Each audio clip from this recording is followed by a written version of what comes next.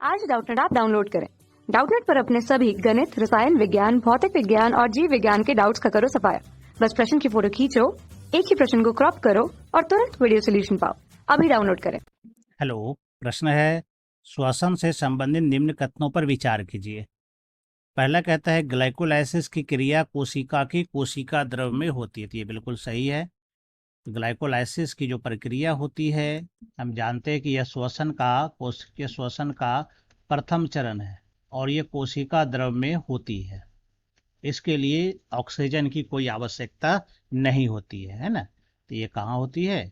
कोशिका द्रव में। इसके लिए किसी कोशिकांग की भी आवश्यकता नहीं होती है। तो ये पहला कथन सही है। दूसरा कहता है कि ऑक्सीश्वसन माइटोकॉन्ड्रिया में संपन्न होती है, तो ये भी सही है, क्योंकि ऑक्सीश्वसन का जो पहला चरण होता है जिसमें कि ऑक्सीजन का उपयोग नहीं होता है, वो ग्लाइकोलाइसिस ही है। लेकिन इसका जो दूसरा चरण होता है उसको हम लोग कहते हैं क्रेब्स चक्र कहते हैं, जहाँ पर ऑक्सीजन का भी उपयोग होता है। तो ये भी सही है, क्योंकि क्रेब्स चक्र कहाँ होता है? तो ये होता है माइटोकॉन्ड्रिया में। तो हमारा दूसरा विकल्प भी यहाँ पर क्या है? सही है। ठीक है।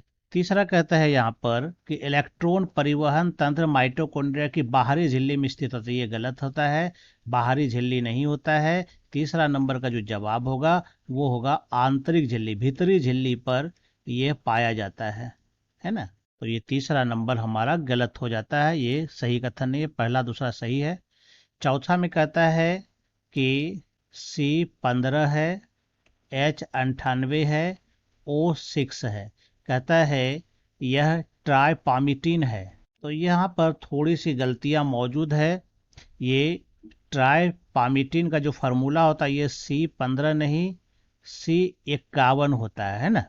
तो ये कार्बन की संख्या यहाँ पर गलत है, जिस कारण से यह हमारा सही विकल्प नहीं होगा, ये गलत है। पांचवा हम जाते हैं श्वसनीय अनुपात। श्वसनीय अनुपात का मतलब क्या होता है?